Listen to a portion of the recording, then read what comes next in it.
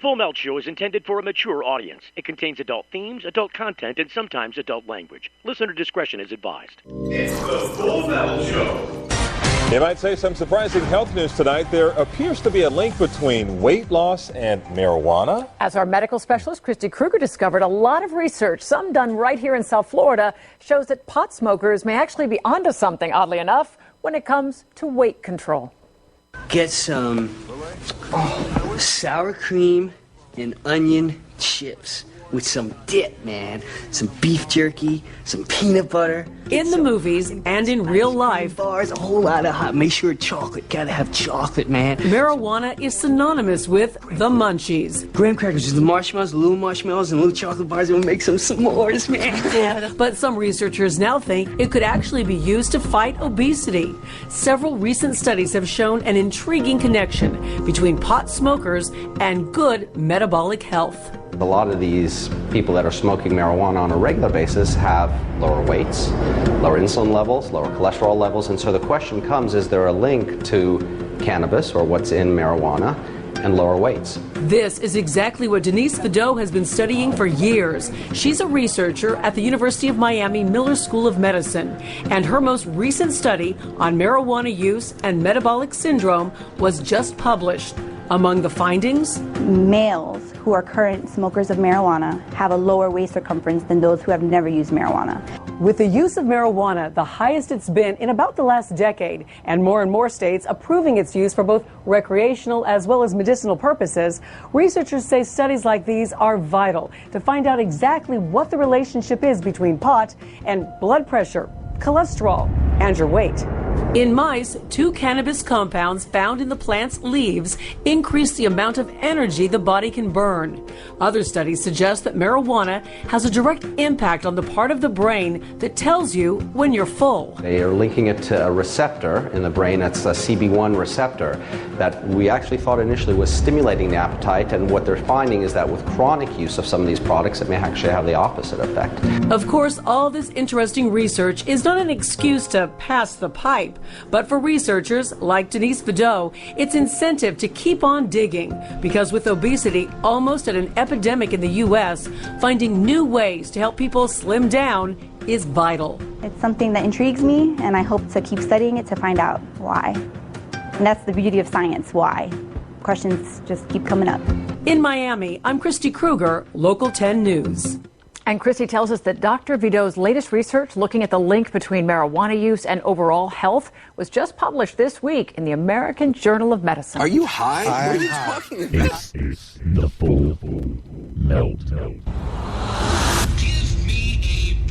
The Full Melt Show. A marijuana discussion about news, culture, politics, and lifestyle. FullMelt.com. Toll free. 844-420-TALK. 844-420-TALK.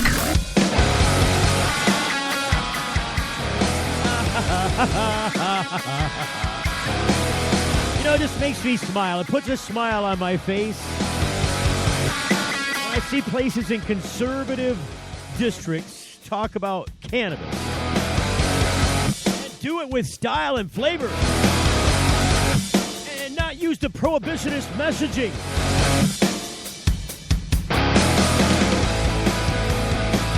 Welcome to the studios, the PetPain.com studios, live in suburban Detroit. This is the Full Melt Show. I am Steve Green. We're talking about marijuana, medicine, cannabis, medical marijuana, retail cannabis, however you want to talk about it. Hemp. We love to talk about hemp. I think hemp gets overlooked on this and other programs. Although, admittedly, I think we've talked about it, I think, more than maybe what some other places have. There's no doubt, there's no question that there is money to be made in the marijuana market. And, you know, the proof's in the pudding, isn't it? When you look at what's going on out across the states, and they're examining this issue closely because it's going to visit your state no matter what form it comes in. I mean, whether it's going to be medical marijuana retail cannabis or both. Probably one before the other. Sometimes, in the instance of Ohio, they tried it together, but I don't think they didn't pass there because they were tied together. I think they didn't pass there because Ohio staunchly opposed to monopolies in the Constitution. I mean, they figured out what went on with the casinos there, because that's what they have, a monopoly on casinos in the Constitution. There's 4 of them. They didn't like that there. And they weren't about to carve out new turf for the pro-pot people. It wasn't going to happen. It wasn't in the cards. And they should have figured this out from the beginning, really. And so it doesn't matter which form it's coming in. It may have already come to your state. If it hasn't come to your state, get ready for it too. And I don't care if you're in South Carolina. I don't care if you're in Alabama. I don't care if you're in any of what are considered to be Missouri, Oklahoma. All bastions of the Bible Belt and just say no technology. I mean, realistically, that's what this is. The prohibition message is nothing more than broken words. And people have figured out across this great nation of ours that they're not going to put up anymore with people trying to hold up these broken words as if they were some kind of cure to the problem they complain of. It's really what it comes down to. So when it comes to your state, understand what it is. And I think it's almost impossible now not to. You didn't hear marijuana messaging in mainstream television or radio, for that matter, up until very recently. Last couple of years, it's really ramped up. And I have to tell you, I think it's going to ramp up even more. I don't think this is going to... This is probably one of those things that's going to create a media bubble. Right? It's what's happening right now on CNN with the French explosions and terror attacks. I mean, really, there's a media bubble being created. It seems like the people who are behind that programming cannot veer away from it at all for a moment. I mean, nothing else is going on in the world but that. And so there's this media bubble. At some point, everybody's going to tune out because they're sick of it. And that's the point at which they'll cut away and start going back to regular news. Or start using less of this news in their daily fare. Because right now it's exclusively that. And it happens all the time. A hurricane comes, exclusive coverage live from the hurricane for 3 days. I mean, there's nothing wrong with covering, from a news standpoint, important information. But you get these media bubbles, and I think marijuana is going to be a media bubble at some point. It's just starting to burble up. I mean, the inflation of that bubble is just beginning now.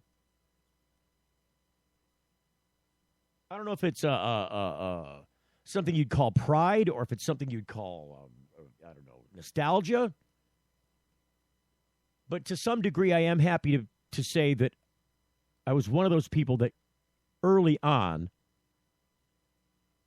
put my hand in this pot of water. It wasn't a popular thing to do.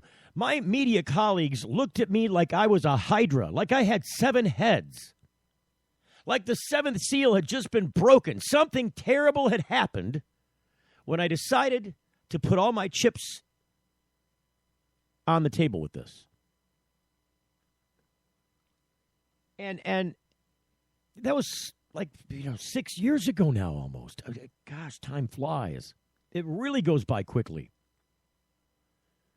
But I think in the long run, you're going to see this media bubble inflate, and it's going to sicken you. I mean, it's going to get mind-numbing at some point.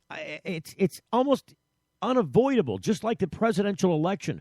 All that messaging during the election cycle just makes me sick, especially because it's so vitriolic. It's so full of anger It's so full of hatred aimed at ordinary Americans. It drives me insane.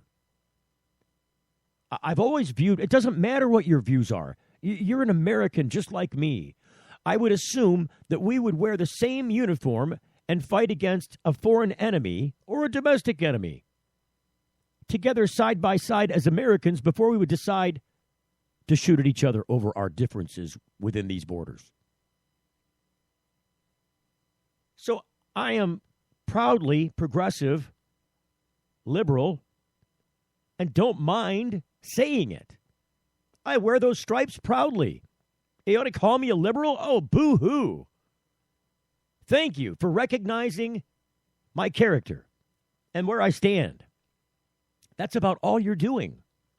You think it's a poisonous label, but it's not. And so, with that in mind, and looking at the future of what's coming, I just want to caution you that you're going to need to go off to the medicine cabinet and find yourself something that will quash nausea. Because it's ad nauseum that you will hear this subject tied together during the presidential election in the upcoming year. Because it's too much, this subject weighs too much in on this conversation. Even when it comes down to the two presidential candidates, after we have the nomination elections for who's going to run for each party. Once that process is over, the primaries, you're still going to hear this message, and it's going to be sidelined messaging, and it's going to be focused in places where these races are happening. There's no question about that. It won't necessarily be brought across the nation. But when you're talking about television news, when you're talking about watching, whoever it is you watch at night, or if you watch the TV news anymore, does anybody watch the nightly evening news anymore? The world news reports? I mean, I don't care. PBS, CBS, NBC, ABC, Fox, whatever you're watching. Do you watch that anymore, or are you getting your news here? I think a lot of people are getting their news and information on the internet, and some of them are being downright tricked. That drives me crazy. I mean, if you can't discern between what's a real journalistic news outlet with credentials and morals and journalistic training, and you can't distinguish that from a blog, you're going to be easily led by the nose. That I can promise you. You're getting the full melt. What's up with these things, Victor? We decided to give ourselves stickers for each feature we release. We read about 10,000 suggestions a week to create features that, as traders, we'd want to use. 10,000 suggestions? Who reads all of those? He does. For all the confidence you need, TD Ameritrade. You got this. It's Steve Green for the Sweet Leaf in Flint, because now getting safe access to medical cannabis patients in Flint, Michigan is never more welcoming. Presenting the Sweet Leaf, a brand new patient experience bringing 12 carefully selected caregivers housed in 9 separate offices to distinctly assist you with their knowledge and reputation for excellent patient care. Classes and training coming soon in the large community room. Check it out in person, 400 South Door Highway, or call 810-259-2571. The Sweet Leaf Center in Flint, 810-259-2571. Got something to hide? Canna-Lock offers discreet and effective storage solutions that destroy odor, so nobody knows. Canna-Lock is a patented charcoal-activated bag that discreetly stores your marijuana. Canna-Lock is made from the same material as military chemical warfare suits. Get yours at Canna-Lock.com. Visit Canna-Lock.com to learn more about no-smell technology. Introducing Sacred Elements, a place for natural and alternative healing for the mind, body, and soul. Sacred Elements. It's one place, all solutions. Registered, licensed, certified, ordained. Sacred Elements. Massage, hypnosis, Reiki. Sacred Elements. Raindrop, aroma and color therapy, body detox, ministry, life coaching, weight and nutrition counseling. Sacred Elements. Next to the Sweet Leaf, 400 South Door Highway, Flint. 11 to 7 daily, closed Sunday. Call 810-259-2570. It's the Full Melt Radio Show. You can find us here from 7 until 8 p.m. Eastern Standard Time, Monday through Friday, right here on thefullmelt.com, and syndicated on great programming places across this great country, the U.S. of A.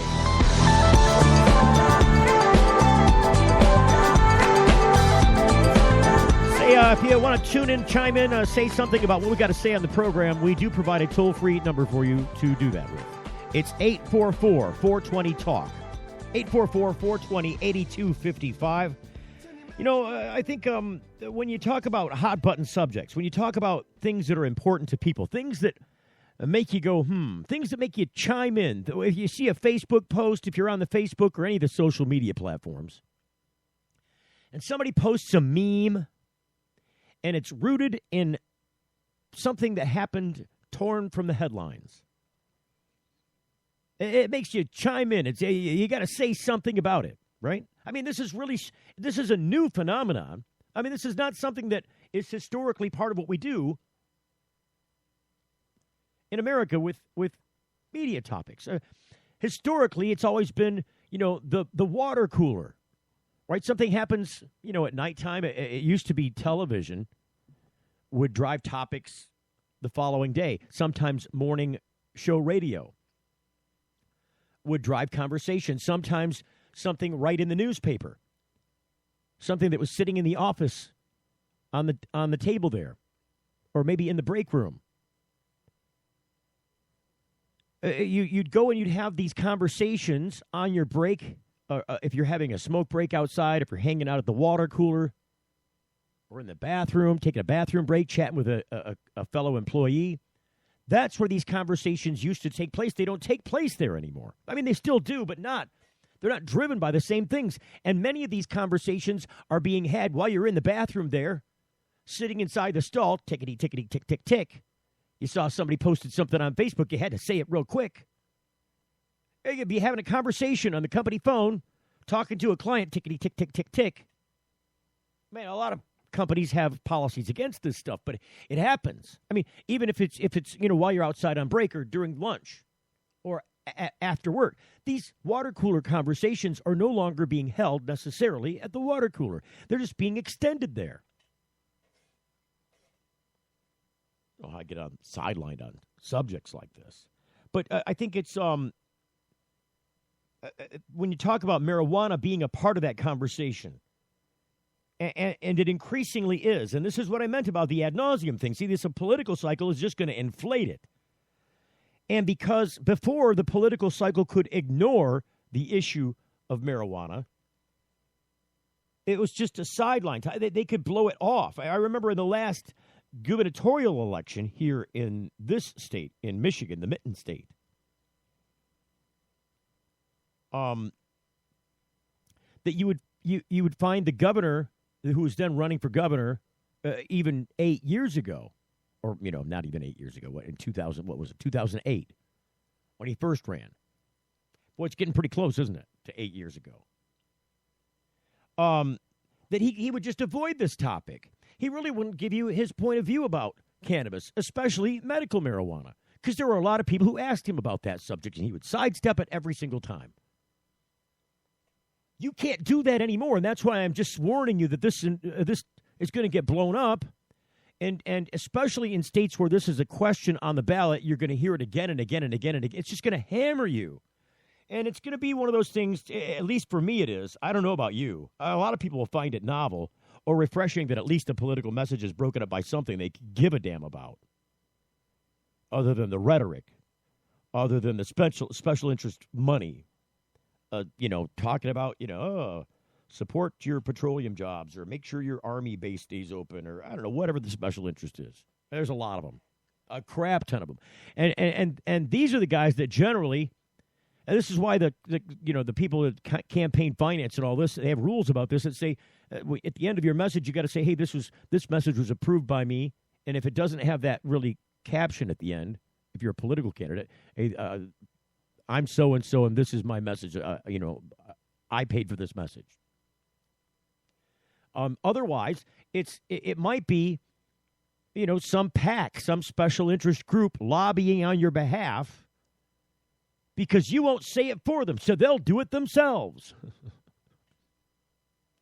I mean, it gets crazy, and this marijuana thing is not only going to be a special interest subject, especially in states where this is likely to pass, Because, look, if you're doing this by referendum, these referendums don't pop up without a lot of work going into them. Nobody's going to spend the money and the work necessary to organize what lawmakers have made particularly difficult in citizens creating legislation. And they made it difficult for a reason. They wanted the bar to be high. If you're going to, subvert what the process is, because the process is legislators make legislation.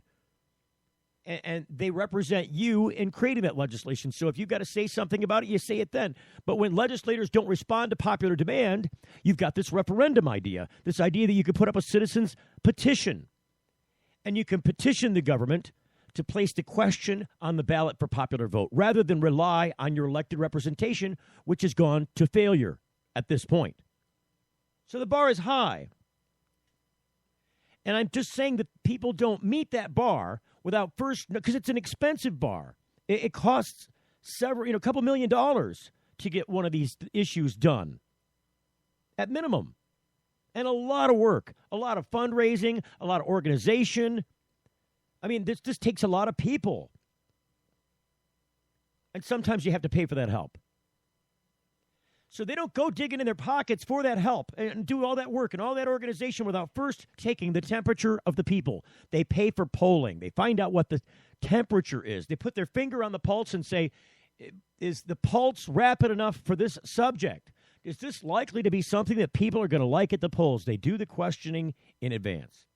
And when they get enough popular data back that's reliable, that says, hey, if you put this on the ballot and people show up to vote and you do your jobs right, it's going to happen. So there's this money been spent. And then when they get so if you're one of these states with a referendum on the ballot, a lot of research has gone into this by the people who put the question forth.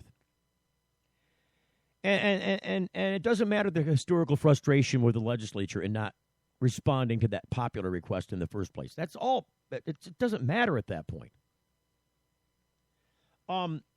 So when you get into this political cycle and you start talking about these hot button topics, and I'm kind of trying to segue into one of the things that I think is important that hit the news today, which is this thing about Black Lives Matter. Now, the organization Black Lives Matter, standing behind the question of marijuana. And you know, I champion them for this, the people behind Black Lives Matter, the organization, the group, because it really underscores what I've said all along about the frustration. And, you know, and it's awfully difficult for me to say this as a white guy. That's what I am. I'm just a white guy. I'm a little white guy at that. But, you know, so you know, I have no credibility standing here saying what I'm saying, but it's a popular ideal, and I'm going to say it anyways. And that's that these people are very smart for backing up this idea that marijuana legalization is important to these people as a group, because ultimately, some of this underlying frustration with the way that communities of color are being treated across this country by police primarily, and politicians, judges, prosecutors, forget you not that these sheriffs, forget you not these are political positions. They're elected for these positions. You tell them who's going to occupy that position amongst the candidates at play. I mean, you elect your judges, you elect your sheriffs, you elect these politicians. The prosecutor is an elected position. And so it's the politics of this where these very politicians, in that group specifically, prosecutors, judges, and police, they work together and have subverted or used as a tool drug policy to particularly aim at these communities of color. And the proof's in the pudding. I mean, it's right there in black and white when you look at it. And I don't say that facetiously.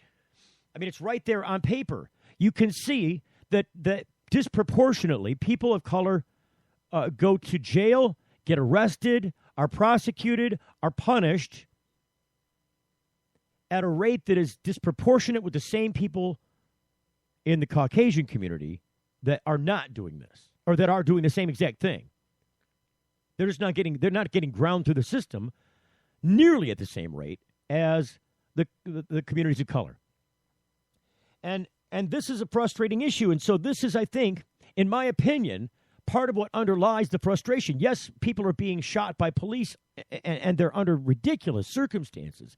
How could you possibly say, under this circumstance, the guy is running away from you, he's unarmed, you're in fear for your life, you must shoot? Really? I mean, I just saw the other day, just a couple of days ago, I was looking at a Facebook post about, and a news report on television about somebody, and I'll just credit CNN with this because that's what I was watching at the time. A young black man who had an altercation with his girlfriend. And so there was a domestic disturbance, and that's what the police had come to, or responding to in one form or another, whether they were called or whether they saw what was going on. They responded to this domestic disturbance, and at some point they had this young man restrained in handcuffs, so say the crowdgoers, and when there was some altercation, the boy was shot, and shot dead. You can't shoot any person in handcuffs and say you're in fear for your life.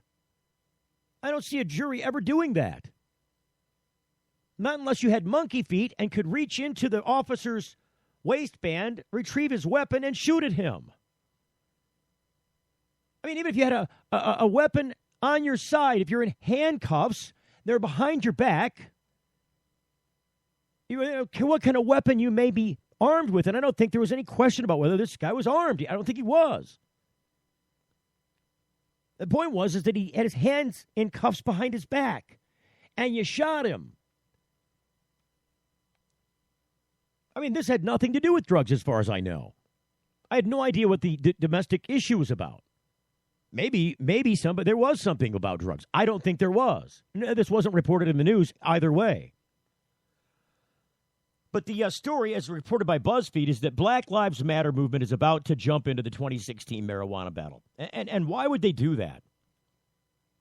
Because it's these very policies that I believe underlie their frustration. They really do. And this is proof of it. Maybe if you're someone of color and you disagree, I would challenge you to call me and tell me why. Marijuana legalization advocates want the support of Black Lives Matter activists in 2016, but a debate on tactics is brewing with legalization groups and Black Lives Matter activists who worry people of color are being left out of the burgeoning legal marijuana industry. Dateline Washington. Leading up to his meeting with the Black Lives Matter group Campaign Zero at the Frederick Douglass House in September, Democratic presidential candidate Bernie Sanders steeled himself for an argument. He's only previously come face-to-face with Black Lives Matter protesters who wanted to interrupt him. But over the course of the meeting, the activists spoke authoritatively on policy recommendations to curb racial disparities in the criminal justice system, while Sanders impressed by synthesizing their talking points on police militarization, community empowerment, and systematic oppression. I mean, that's what it comes down to. He summed it up right there. Police militarization, community empowerment, systematic oppression. The activists brought up one issue, however, that Sanders hadn't considered: creating pathways for Black Americans to take part in the emerging legal marijuana economy, which they said represented unprecedented wealth-building opportunities for people of color. And they're right. He acknowledged that he hadn't thought about ways to ensure Black people had access to the legalized marijuana economy. Campaign Zero's policy analyst and data scientist Samuel, good Lord, Singyangwe? I think it's Singyangwe, told BuzzFeed News. But he said he was willing to start thinking about strategies to do this. Since the meeting, Sanders has introduced legislation to remove marijuana from the federal government's list of controlled substances, thumbs up, and said rolling back the drug war would improve the lives of Black Americans. He's correct. Campaign Zero's push on legalized marijuana that that day was a precursor to a more federal alliance being forged between Black Lives Matter, the diffuse civil rights movement that grew out of protests following police shootings of young unarmed black men last year, and drug policy groups heading into big election year ballot fights over marijuana in states like California, Massachusetts, and Missouri. Drug war opponents agree that marijuana prohibition has disproportionately affected black Americans, and they also acknowledge that their movement is too white. Leaders attempting to bridge this gap have turned to Black Lives Matter. National drug policy advocates will appear on Thursday alongside Patrice Cullors, a co-founder of Black Lives Matter, in a town hall during the Drug Policy Alliance's International Drug Policy Reform Conference. And you know there's this big thing going on in Washington, D.C. I saw Matt Abel, a local attorney down there, talking to Congress today, lobbying for cannabis reform. The National Drug Policy Advocates will appear, and the perspective of joining forces for the marijuana policy debate in 2016 is fraught with philosophical and tactical dilemmas for both movements. Black Lives Matter activists ultimately believe legalization is inevitable, and they're right, and are eager to start discussing how legal marijuana can change the lives of black Americans. Legalization advocates are, above all, concerned with getting state ballot initiatives passed in 2016, and we are, and continuing to build on the momentum that they established in 2012 and 2014, and we will. A prominent Black Lives Matter organizer in Boston said her chapter's involvement would require measures to address mass incarceration and retroactive changes in drug laws. The wait-and-see approach to legislation after a successful ballot initiative isn't enough, she said. And that's exactly how everything happens, she said. They'll say, oh, we just need to get what we want, and then we'll put you in it. But we know that if we're not in it from the jump, we're not going to be included. And at the end of the day, they don't owe anything to anyone. If they're serious about making sure black people get involved, they need to say how and explicitly. Black Lives Matter Boston will push Boston-based marijuana legalization advocates to talk about creating lucrative opportunities for black people to legally grow marijuana, oppose against mandatory land ownership requirements, and demand any changes in the law that require retroactively to people that apply retroactively to people with criminal records related to marijuana. More next. You're getting the full melt. What's up with these things, Victor? We decided to give ourselves stickers for each feature we release. We read about 10,000 suggestions a week to create features that, as traders, we'd want to use. 10,000 suggestions? Who reads all of those? He does. For all the confidence you need, TD Ameritrade. You got this. At book club, they were asking me what you're doing now, Janice. Blogging. Your blog is just pictures of you in a mirror. It's called a fashion blog, Todd. Well, I've been helping people save money with Progressive's discounts. Flo, can you get Janice a job? You should have stuck to softball. I was so much better at softball than Jan is dead. Where's your wife, Todd? Vacation. Discounts like homeowners, multi-policy. I got a discount on this ham. I've got the meat sweats. It's good ham, Diane. Paperless discounts. Give it a rest, Flo. Yeah, Flo, give it a rest. We ask people to tell us something that happened in their past and something that might happen in their future. The good things were put on yellow magnets and the bad ones on blue. The results show the past was a pretty even mix of good and bad, yet the future was almost all good things. Now that you've seen the results of this experiment, what does it mean to you? We all want to think about positive stuff. Realistically, there will be down times. It's great to think optimistically, but let's plan for whatever the future might bring. Prudential, bring your challenges. If you're like us, your pets aren't just animals. They're members of your family. Pet Pain CBD hemp oil drops are great for aging as well as active dogs and cats. Some people are apprehensive about hemp treatments for pets. They ask us, what are you smoking? Absolutely nothing, and neither will your pet. Like other hemp-based products for humans, the allure is all of the benefits of cannabis without any of the high. The CBD oil has shown to rejuvenate the bones, joints, brain, stomach, eyes, and heart. And the drops contain absolutely no corn, wheat, soy, artificial colors and flavors, or preservatives. Pick some up today. Visit petpain.com or ask for Pet Pain at your local pet store. Petpain.com. CBD relief for your pets. It's the Full Melt Radio Show. Radio show.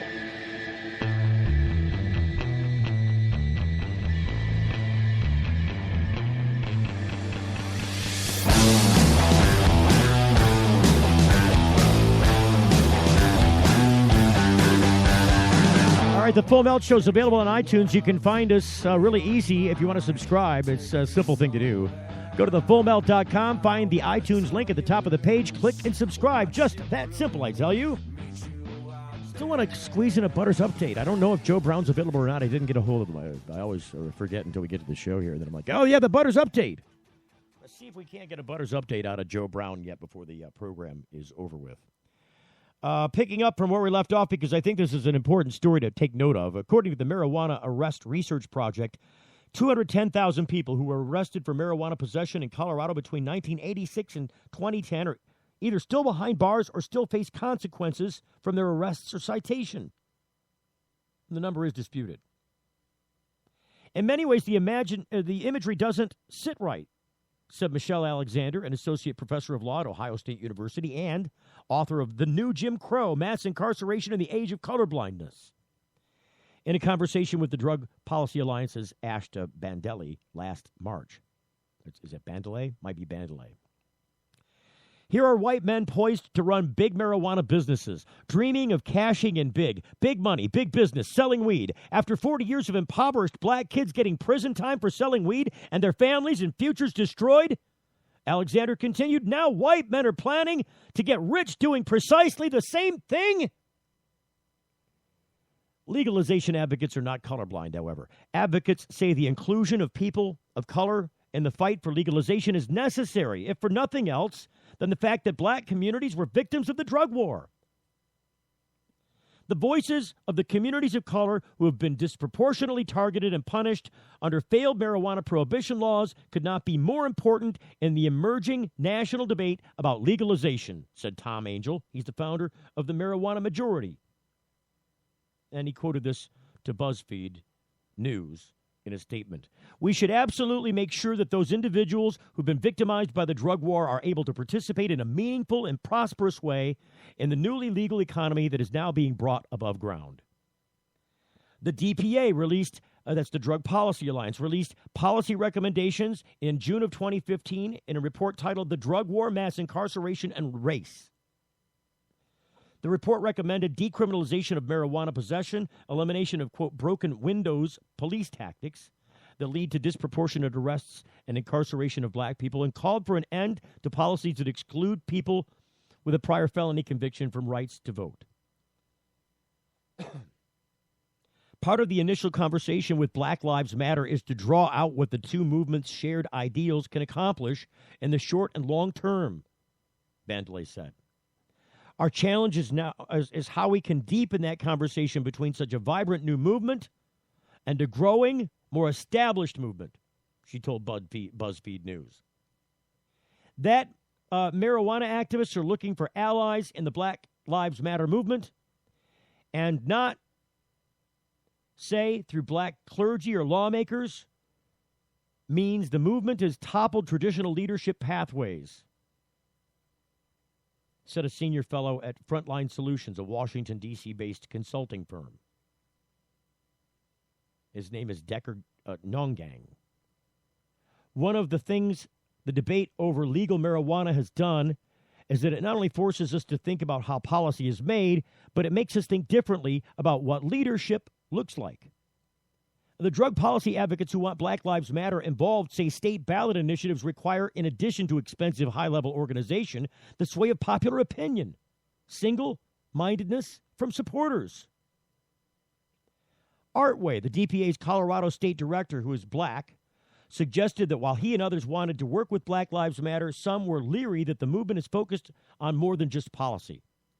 It's one thing to call out white people, but it's another thing to get involved with policy change, he said. Working together successfully, he said, means, quote, making sure their approach doesn't impact what we're trying to do and vice versa, end quote. Way said the primary goal of legalization advocates in Colorado, which legalized recreational marijuana in 2012, was to get the ballot initiative passed and then take steps afterward to ensure fairness and inclusion. States don't allow ballot initiatives that create a tax and regulatory structure for marijuana and simultaneously end collateral relief for people charged with marijuana crimes and set aside avenues for black people to join the economy, he said. That kind of expansive change usually has to go through the legislature. Black Lives Matter activists said they were concerned about the effect of a drug charge on an individual's economic prospects later in life. Simply talking about marijuana, making marijuana legal or decriminalizing it is not enough. Ending the criminalization and incarceration of black people for marijuana is essential, but it's not enough either. We really have to be thinking about who has access to the economy and asking ourselves if the same people who've been criminalized for participating in the informal marijuana economy are going to have access to the formal one. The regulated marijuana economy is already rife with barriers, Way said. Depending on the state, poorer communities of color are blocked from joining the economy, which could be an $11 billion industry by 2019, according to estimates. By background checks that reveal a felony conviction, the large amounts of financial capital needed to get started, and minimum land ownership requirements. Pro-marijuana advocates are split on whether the legal marijuana industry has an unwritten mandate on moral or other grounds to ensure it includes black people. The industry needs to be social justice minded and remain partners with the social justice community to help set a new tone of inclusion when it comes to hiring former felons, poor black people, black and brown folks, as well as drug testing, Way said. The successful campaign to legalize marijuana in Washington, D.C. in 2014 focused heavily on social justice issues surrounding the drug war. However, basing whole arguments around legalization on racial grounds can be a tricky proposition for other parts of the country, said Way. For example, he questioned whether a hypothetical initiative in Colorado that ensured at least 20% of the legal marijuana economy went to the groups most affected by marijuana prohibition, low-income people of color, would pass. The rural dude in Pueblo might want to legalize marijuana, but he's not trying to do all of that, Way said. However, Bandelay is not so worried about impediments. She said there's plenty that Black Lives Matter and drug policy organizations can rally around because they have something in common. They both agree Black Lives Matter. Both movements, she said, opposed a failed ballot initiative in Ohio that would have legalized recreational and medical marijuana but restricted entry into the industry to a handful of wealthy investors. At its core, the Black Lives Matter movement demands and recognizes the fullness of someone's humanity to be honored, Bandelay said. And the beauty of its marriage with the drug law policy reform movement is that at its best, it demands that too. Heading into 2016, the challenge is clear for both movements. Now, how do we pull that apart and mix it back up so that it becomes policy? Bandelay asked. And I that is a really hard-hitting story. I mean, because it is ripped from the headlines. And absent this business about the French bombings, I think you'd be talking more about this. So, a lot of people accuse these, big news bubbles that I talked about earlier of being caused intentionally so that you could be distracted from important issues, like I think this one is. A real quick story I got to throw into you about because I think it's awesome. This just highlights the kinds of things that happen when you open up the economy instead of prohibiting things. This, according to TechInsider.io. The Keurig for marijuana is finally here, and it looks amazing. A year-old startup called Canna-Corp announced last week it's developing the world's first single-serve pod-based marijuana vaporizer system, dubbed the Canna-Cloud. It's essentially the Keurig of cannabis. The Canna-Cloud could bring a level of precision and ease to marijuana consumption that could help elevate pot above its crunchy, hippie stigma if the advice finds mainstream success. Here's how Canna-Cloud works. The user inserts a pre-measured cup of marijuana into a travel mug-like canister. With the press of a button, the canister heats the marijuana and fills with vapor in less than a minute. A plastic mouthpiece opens a one-way valve that releases the vapor. Voila.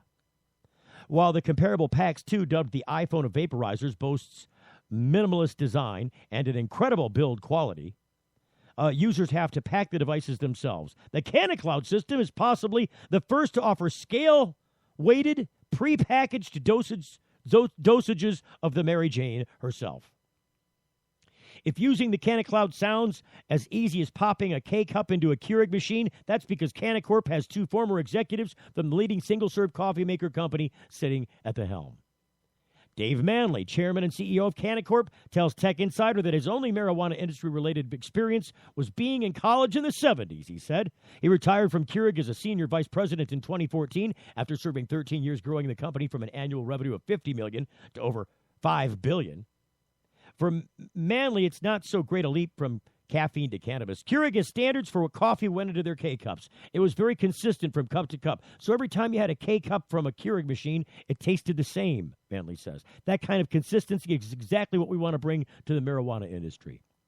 While Canna-Corp won't grow marijuana, it will handpick manufacturers across the country to simply supply bud for the system's pods called Canna-Cups. The company will then work with labs that specialize in determining marijuana product potency, ensuring those growers use quality strains and package accurate dosages. A cannabis overdose can't kill you, but it can be extremely uncomfortable.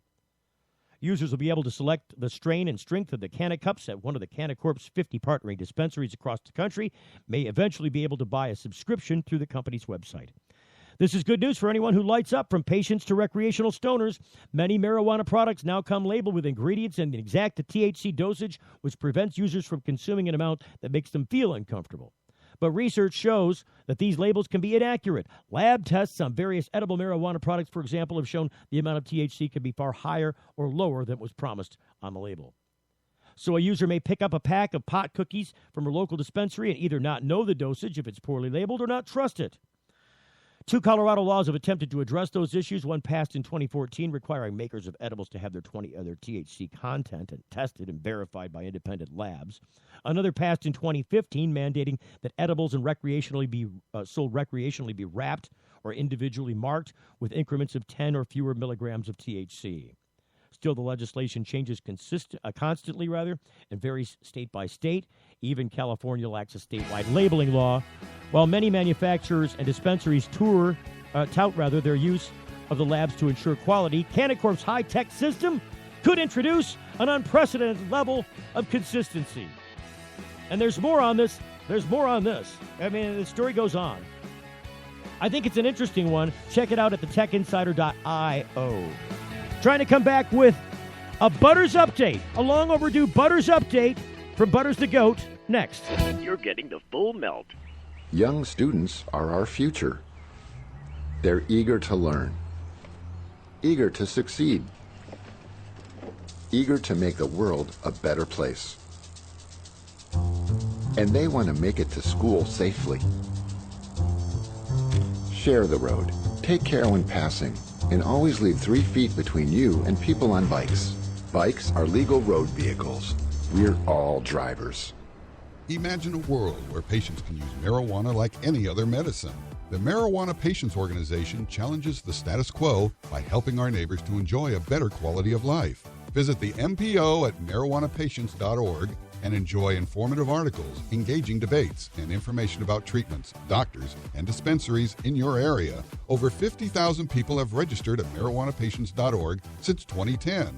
Join us at the Marijuana Patients Organization today, marijuanapatients.org. Hey, it's Steve Green for the Sweet Leaf in Flint, because now getting safe access to medical cannabis patients in Flint, Michigan is never more welcoming. Presenting the Sweet Leaf, a brand new patient experience bringing 12 carefully selected caregivers housed in 9 separate offices to distinctly assist you with their knowledge and reputation for excellent patient care. Classes and training coming soon in the large community room. Check it out in person, 400 South Door Highway, or call 810-259-2571. The Sweet Leaf Center in Flint, 810-259-2571. If you're like us, your pets aren't just animals. They're members of your family. Pet Pain CBD hemp oil drops are great for aging as well as active dogs and cats. Some people are apprehensive about hemp treatments for pets. They ask us, what are you smoking? Absolutely nothing, and neither will your pet.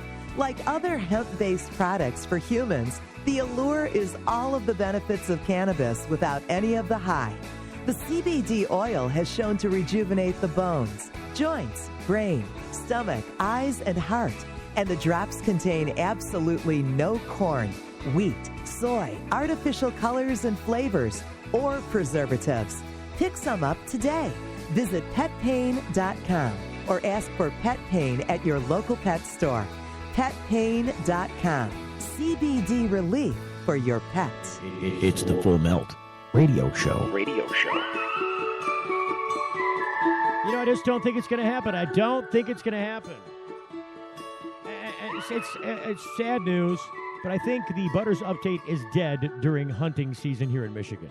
I've made up my mind. You know, the white-tailed deer is more important to the hemp farm out there because they live off the land over there in Saranac, Michigan, at the Michigan Hemp Company.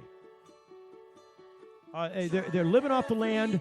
They're living in a cannabis facility that is a test facility. I mean, everything that they do out there comes from the ground. So if you're going to have meat, you better be taking it out of the river or finding it running across the land and shoot that sucker.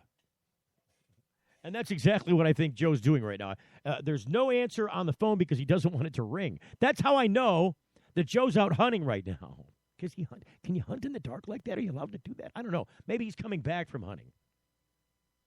But I can tell you that you don't want your phone ringing when you're getting close to the buck who's approaching. You don't want that to happen. Weed brands I'll switch to instead because there's this a couple stories, one of them about Snoop Dogg, one of them about Rihanna. Snoop Dogg getting involved with the marijuana industry with his product called Leafs. And there's a whole story about the art of packaging as reported by The Atlantic at theatlantic.com. I'll just give you a flavor of it because I want to switch to the other story. Goodbye Plastic Baggies, Snoop Dogg's line of marijuana products, Leafs by Snoop, looks like it'd be right at home amongst the artisanal chocolate bars at Whole Foods or the all-natural lotions at Kiehl's. And that's no surprise considering that the packaging was created by the powerhouse design firm Pentagram. The investment in design is about much more than pretty labels or distinctive branding. With 4 states' legalization of recreational marijuana use and medical marijuana now legal in 23 states, there's an ever-increasing market for legal highs. The key goal for companies like Pentagram is making products seem accessible and appealing to customers who defy the stoner mold. Cheryl Schumann, a consultant who's known as the Martha Stewart of marijuana branding, told Fast Company that women are the secret to this whole thing. I'm a mom in my 50s, and I try to make products that women want to buy. She calls successful women who smoke stiletto stoners. Because marijuana is a controlled substance, U.S. law requires that packaging must be opaque, resealable, and childproof. Edibles cannot be called candy. And THC content must be clearly labeled. Pentagram and other new weed-specific branding companies are taking these requirements into account. Leafs by Snoop's Sweets, for example, are called dog treats. The brand sells cannabis flowers and concentrate, as well as edibles, including chocolate bars and gummies. As of now, only available in Colorado. Check out the story on The Atlantic about the fascinating world of marketing to you through branding and packaging. Because these people have it down. And you know who might be checking out some of that branding and packaging so that she could manage some of this on her own? I mean, because, Rihanna doesn't want to be left out. She's launching a marijuana line dubbed Mariana. I'm not kidding you. I can't make this up. Rihanna was once a lucrative pop artist who released music pretty consistently. And while her long-awaited 8th studio album, Anti, is supposed to drop at some point this millennium, no release date has yet been announced, or as far as we know, even secured. But Rihanna has many things for us to look forward to while we wait, including but not limited to socks, perfume, a second diamond ball, and a styling agency called Freight Me. It's FR8Me. FR8ME. Freight Me. And she just announced one more. If recent reports are to be believed, the 45 seconds singer, I got you, will soon be selling weed. According to the website Celeb Stoner, Rihanna will launch her very own line of weed called Mariana. She reportedly made the announcement at the High Times Cannabis Cup in Negril, Jamaica. But there's no official confirmation from her camp as of yet. I had no idea Rihanna was out there. How badass is that? Rihanna, who used Instagram to extensively document her long-time love of weed, allegedly said, Mariana by Rihanna is truly the first mainstream cannabis brand in the world and proud to be a pioneer. Mariana is blazing a trail for the industry, but she's not the first celeb stoner To peddle marijuana to the masses, Snoop Dogg, I just told you, recently launched his own weed line called Leafs by Snoop during a private party in Denver. And singer Willie Nelson, don't forget him, he's set to release a line called Willie's Reserve. Got to get me some Willie's Reserve. Rihanna's Mariana will reportedly be available for purchase in states where the sale of marijuana is legal. Colorado, Washington, Oregon, and Alaska. No word about D.C. Really? You're going to leave out D.C. in all of this? How can you do that? I mean, really. What else? Is there anything else? We got a couple of minutes left I got to kill. I know there was something else in here. You got the Rihanna, you got the Snoop Dogg, you got the Black Lives Matter, you got this Keurig. What else? There's something else. I know there is. Oh, don't tell me that's it. Oh, yeah. Oh, it's right on the headlines. Oh, by the way, I love this saying. And I'm going to use it in future shows. You know what the best way to predict the future is? The best way to predict the future is to create it. You know who said that? Abraham Lincoln. Lincoln said that. So I asked everybody on Facebook today, have you MI legalized yet? Stand under the mistletoe and collect your cash. $2,500 for collecting 1,000 signatures by December 21st. That's the deal they got going on right now. You can volunteer to register at milegalize.com. Sign up right there. Get your signature sheets and start collecting signatures for the massive roll into 2016. And send Bill Schuette spinning on his hind end, because that's what needs to happen. Oh, he'll be pissed off if we pass that thing. Let's send him the message. Pull up your anger for Bill Schuette and go get some signatures. I don't care if it's one sheet. Get as many as you can and turn them in. So some street cred finally coming. I don't know if it's street cred, but it's at least press cred. Yesterday I talked to Rick Thompson about, Michigan finally making the list. And so the Cannabis Today says most states likely, Michigan, so states most likely, in parentheses, Michigan, and least likely, Texas, to legalize pot by 2017. That's the story. The U.S. states most and least likely to legalize pot by 2017 might just surprise you. Also, California has the largest potential market in the country for legal marijuana. Michigan and Nevada are among the U.S. states most likely to legalize pot by 2017, while Texas and Indiana are amongst the least likely states, according to a new report by consulting firm Anderson Economic Group. The 270-page Market for Legal Cannabis Products in the 50 United States report is meant to estimate the market demand for legal marijuana across the United States. The report spotlights 7 states that are the most likely to legalize cannabis by 2017, and here they are. Arizona, Maine, Michigan, Missouri, Nevada, Rhode Island, Vermont. I'll say it again. Arizona, Maine, Michigan, Missouri, Nevada, Rhode Island, Vermont. The report also highlighting 6 U.S. states that are the least likely to legalize pot by 2017. And they include the following: Arkansas, Idaho, Indiana, North Dakota, Texas, and West Virginia. Go figure. With dramatic changes in both public opinion and the legal landscape regarding marijuana, the report's extract reads, it's clear that future consumption of marijuana in the U.S. will be under a much different legal regime than in the past. While we do not yet know what this would imply for both state and federal laws, we believe a serious effort to review the available data with numerous indicators could provide us with much better information than that was available in the past. Some other fun facts about the report's findings: the state with the largest potential market for legal marijuana, California. The state with the smallest potential market for legal weed, Wyoming. 3 states among the top 10 largest potential markets for legal pot, Michigan, Illinois, and Ohio. Read them and weep. The Midwest is on. This was no small task, but we believe our state-by-state approach provides readers with the best picture of the market for state-sanctioned cannabis products in the United States, supported Intelligence COO Jeff Johnson said in press materials. Supported Intelligence is an analytics firm that helped out on the report. Added Patrick L. Anderson, Anderson Economic Group's CEO.